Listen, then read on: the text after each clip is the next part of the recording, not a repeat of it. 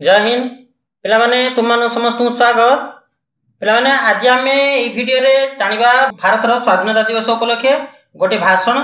तेरे पिलामाने तुम माने भाषण टी को देखिबो एवं भाषण को भल भाव मन रखिबो। तेरे चलो भाषण टी को आरंभ करबा।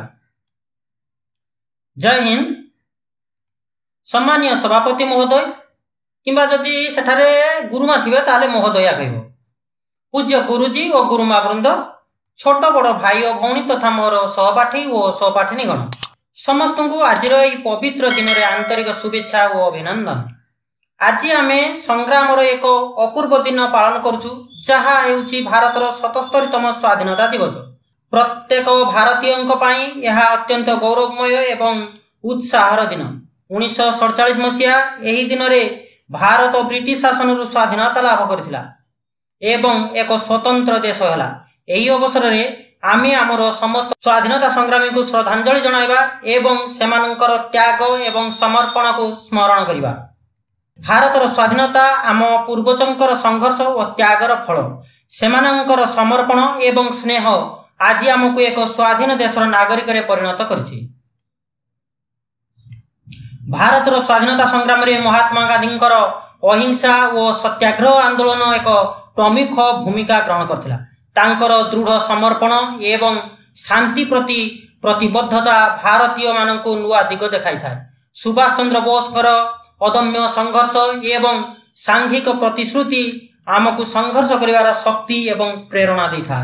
सेहीपरि जने महान स्वाधीनता संग्रामी महान अवदान विषय कहूची। से हेउचंती वीर सावरकर। वीर सावरकर पूर्ण नाम विनायक दामोदर सावरकर। से जन्म नेथिले 28 मई 1883 मसीह महाराष्ट्र वर्तमान नासिक जिले में। से भारतीय स्वाधीनता संग्राम जड़े अग्रणी अभिनेता और राष्ट्रवादी नेता थिले। से महाराष्ट्र अनेक दिगरे जड़े प्रबल समाज संपादक और लेखक मध्य थिले। से समाजर सांप्रदायिक समन्वय और साधारण जनमानक स्वाधीनतार भावना को जागृत करिवारे विशेष भूमिका ग्रहण करथिले। वीर सावरकर 1904 मसीह मित्रमेला नामक एक संगठन गठन करथिले जार उद्देश्य थिला भारतीय युव सम्मेलन रे राष्ट्रवाद और स्वाधीनतार भावना को प्रचार करिवा। से इंग्राजी शासनर अधीन समाजर अवस्था और आंदोलन संपर्क निजर ज्ञान को व्यक्त करथिले। ब्रिटिश शासनर विरोध रे से जने प्रतिवादी रूपे उदित होइथिले और अनेक जागृतिकारी काम करथिले। ब्रिटिश शासन वीर सावरकर को राष्ट्रवादी आंदोलन और संगठन को मुकाबिला करिवा पई तांकु 1910 मसीह गिरफ्त करथिला।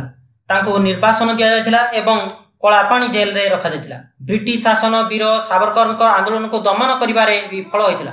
से संपूर्ण जीवन स्वाधीनता निमंते उत्सर्ग करथिले। वीर सावरकर निजर जीवन रे बहुत किछि लेखा और पुस्तक रचना करथिले जहा भारतीय स्वाधीनता संग्राम रे प्रेरणा सृष्टि करथिला। से लेखा माध्यम रे भारतीय समाज रे जागृति आनिथिले। वीर सावरकर जीवन कहानी और तांकर भारतीय स्वाधीनता संग्राम रे अवदान सफलतार एक अविभाज्य अंश अटे। से भारतीय युव भावना को जागृत करी एक नुआ दिग को नहीं जाइथिले।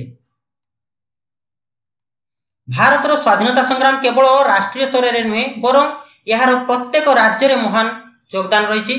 ओडिशार स्वाधीनता संग्रामी मानकर विशेष भूमिका थिला। जयराजगुरु एवं बक्सी जगबंधु संघर्ष आमको देश प्रति समर्पित और दृढ़ भावे प्रेरणा देउछि। सेमानकर जीवन एवं संघर्ष आमे स्मरण करी आज यही दिन में आमे सेमानकु श्रद्धांजलि देउछु। ओडिशा रे मध्य जने महान स्वाधीनता संग्रामी वीर सुरेंद्र साय थिले।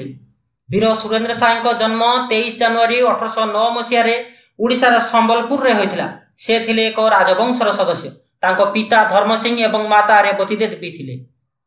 से तांको निज प्राचीन परंपरा और संस्कृति रे लालित पालित होइथिले। ब्रिटिश शासन ओडिशा रे आसीबा परे संबलपुर को आपणे नेबा पई चेष्टा करुथिले।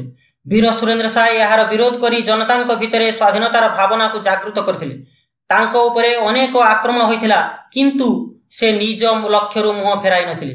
से ब्रिटिश शासनर नाना नीति और नियम विरोध करने को आरंभ करथिले। 1857 रे स्वाधीनता संग्राम आरंभ होगा सहित सुरेंद्र साय मध्य जोड़ी हो जाइथिले। वो अनेक युद्ध करी एक सुरक्षित स्थान गठन करथिले। ब्रिटिश सेना तांको धरिबा पई अनेक प्रयास करथिले किंतु से गरिला युद्धर रणनीति अवलंबन करी से निजर आक्रमण जारी रखिथिले। से जनगण मध्य विप्लवी चेतना एवं स्वाधीनतार भावना को जागृत करिवारे एक महत्वपूर्ण भूमिका ग्रहण करथिले। वीर सुरेंद्र साय को ब्रिटिश सेना गिरफ्त करथिले ओ से खोर्धा जेल अनेक वर्ष बिताइथिले। 28 फेब्रुआरी 1884 मसीह 75 वर्ष बयस से अंतिम श्वास त्याग करथिले। वीर सुरेंद्र साय तांको संपूर्ण जीवन को भारतर स्वाधीनता निमंते उत्सर्ग करथिले। से भारतीय इतिहास रे एक अविस्मरणीय स्थान अधिकार करथिले। वीर सुरेंद्र साय जीवन आदर्श और स्वाधीनतार प्रति तांको समर्पण आम पई एक बहुत प्रेरणा सृष्टि करता है। यही समस्त महान व्यक्तित्व मानक अवदान द्वारा आमे आज एक स्वाधीन भारत रे बसवास करूछु। सेथिपाई आमको सेमानकर त्याग एवं संघर्ष को स्मरण करिबा एवं सम्मान करिबा उचित। आमर कर्तव्य होछि आमे आमर स्वाधीनतार मूल्य को बुझिबा एवं स्वाधीनता को सुरक्षित रखिबा, ता सहित आमर देश को अग्रगति मार्ग रे अग्रसर करिबा। आज रे महान दिन रे किछि कहिबार सुजोग मिलिथारु सभापति महोदयांकु यदि गुरुमा हेतिबे ताले महोदया कहबो। अनेक धन्यवाद। एति कही मु मोर वक्तव्य शेष करूछि। जय हिंद। पिला माने एठी तुम मानक पई स्वाधीनता दिवस उपलक्षे गोटे भाषण देली। तुम मानक जदि वीडियोटी भल लागिला ताले लाइक कर दबो एवं सांग साथी मानक सहित शेयर कर दबो। पुणी देखा हबो अन्य गोटे वीडियो रे। जय हिंद।